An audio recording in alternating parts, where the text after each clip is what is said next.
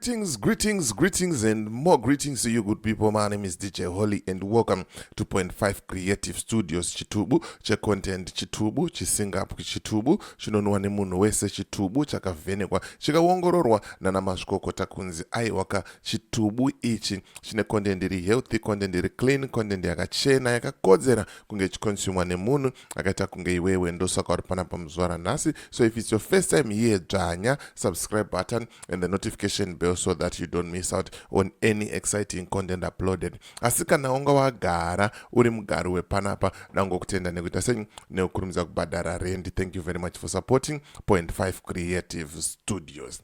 Right, nyaya ndiri kufamba nayo zvamanje mashoko ari kubva kuna advocate Nelson Chamisa vachitaura kuti aiwaka izvi zvamaakutaura izvi hazvisisiriri izvezvi.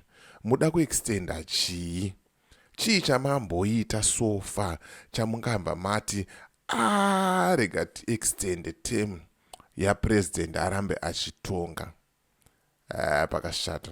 Sada kuti ndikuverengerei the tweet mozvionera mega kuti kutwita zvamanje kuri kudziya ende vanhu havasi kutomboda vamwe vakuti kunonzi kuX but isu tatongojaira kuti Twitter but ndikoko kuX ikokoko ndokutwita futi ikokoko futi handiti ndokune nyaya dzacho kwadziri kubudira ikokoko ndokwandoda kuti timboonesana ndokuverengerai kuti vari kumboti chii advocate Nelson Chamisa uyezve pane zvavari kutaura zviri kumeka sense here, zvine musoro here, kana kuti is just opposing for the sake of opposing. Saka panozopera video rino iri, at least iwewe unenge wane idea musoro mako kuti zvakamira sei uyezve zviri kuita sei, zviri kufamba sei. Right, nyaya yacho ndo iyo irapo, but ndisandapinda munyaya yangu zvizere ndikuti kana une bhizimusi raunaro rauda kushambadzirwa, ndibate namba dzangu ndo dziri pasi apo. Kana une nyaya yaunayo yauda kuti ndifambire, ndibate futi pa same number ipapo, toita sei tofambira nyaya dzacho. Right, as an advocate Nelson Chamisa, stop this nonsense. Chimbomirai kuita zvisina kukwana, kuita zvisina maturo.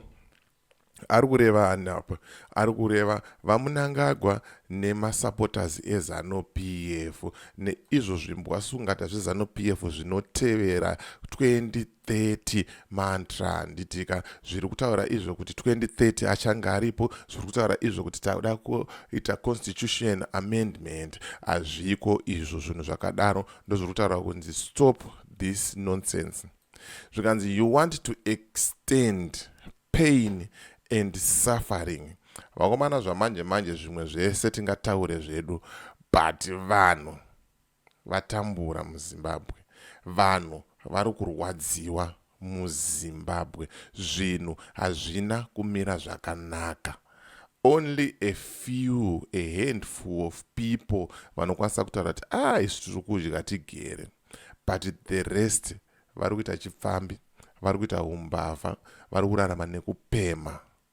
Zvinhu zvinorwadza, zvinhu zvinonzwisa tsitsi. Ndozviri kubvunzwa naadvocate Nelson Chamisa apa kuti you want to extend pain, kuwedzera marwadzo, kuwedzera kutambudzika. Chii chakadaro ichocho? Handiti zvikanzi you want to extend extreme and deadening poverty.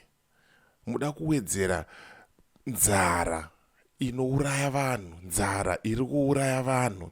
Vakomana pakashata apo. Zvikanzi you want to extend unemployment.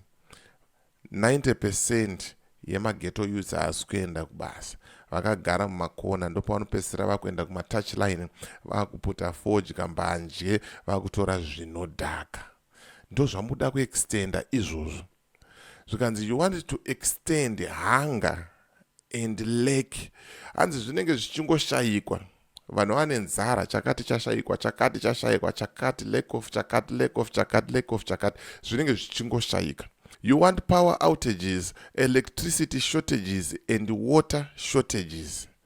Magetsi ari kungoenda, magetsi ari kushota, mvura hakutorina. Saka imi muda kuextenda chii? chamuri kunyatsotaura kuti mukuru ari kuita chamuri da kuextenda chii. Kana pane masupporters eZANU-PF isa comment mucomment section wotaura kuti tatafunga kuextenda chakati because mukuru akaita chakati nechakati. You will find out kuti comment section yese tinogona kutoshaya kana munhu 1 anonyora kana chinhu chekuti tingaone chine musoro chinobatika. Handitika zvikanzi you want to extend these currency crises and cash shortages. Ndaiseka musuno uyu ndichaya nenyaya yacho yaNick Mangwana achitaura kuti we want more zigi, hanzi we are a listening government. Ndakatofa zvangu nekuseka. I'll bring the story. Zvakadhakwa zigi rakadonha first 6 months eno zvamenoti zigi radonha kusvika kupi hatichatombotaure nezvaro, harisi story risiri relevant. Ndozvokutaura kuti you want to extend cash shortages, currency crisis, chii chakadaro ichocho. Zvikanzi you want to extend high taxes and skyrocketing prices. Akomana zvinhu zviri kukwira, kana mazogara zvinhu zviri kukwira zvisingaite, zvinhu zviri kukwira zvekutoenda chaiko chaiko kudenga chaiko chaiko, ndozvokunzi skyrocketing.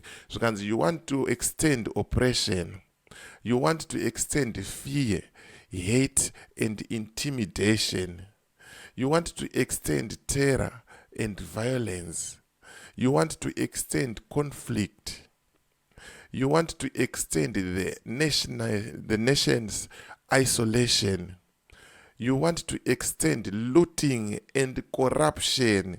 Vagomanaka looting newori ka pakaipa haisisiri secret kai zvazara, ende vanhu vacho vari kutozviita, vari kutodada nazvo kuti aiwa ka inini handisechwe pabhodha panapa, ndinongonodhindirwa ndotongopinda ndakadaro.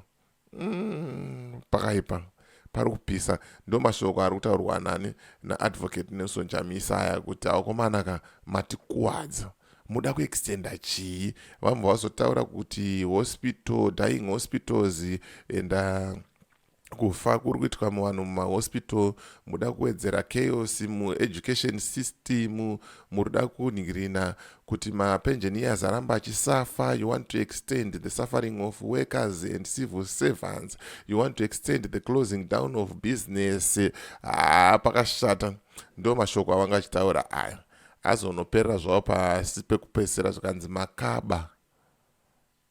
makaba mavhoti evanhu, makaba mavhoti evanhu. Saka muda kuextenda chii? You stole the people's mandate, hopes and votes, and you want to extend that theft. You cannot extend theft. Stop it. It can't. Pakaipa ndo mashoko ari kutaurwa nani naadvocate Nelson Chamisa aya achiti vakomanaka zvimwende zvimwe edu tingataure zvedu but matinyanyira hazvisi kuita sei, hazvisi kubuda, ende zvinhu izvi hazvisipo.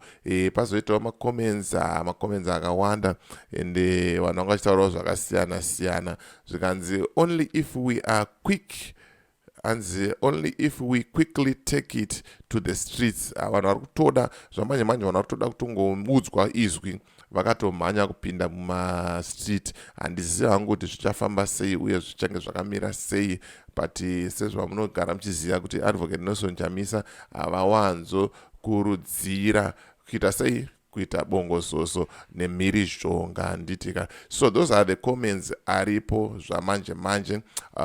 Let me see kuti zvinofamba sei uyezve zvakamira sei. So ndo nyaya yanga ndichifamba nayo zvamanje. As for me, DJ Holly and the rest of the crew behind the scenes, truth is bye for now. Let's meet in the next video.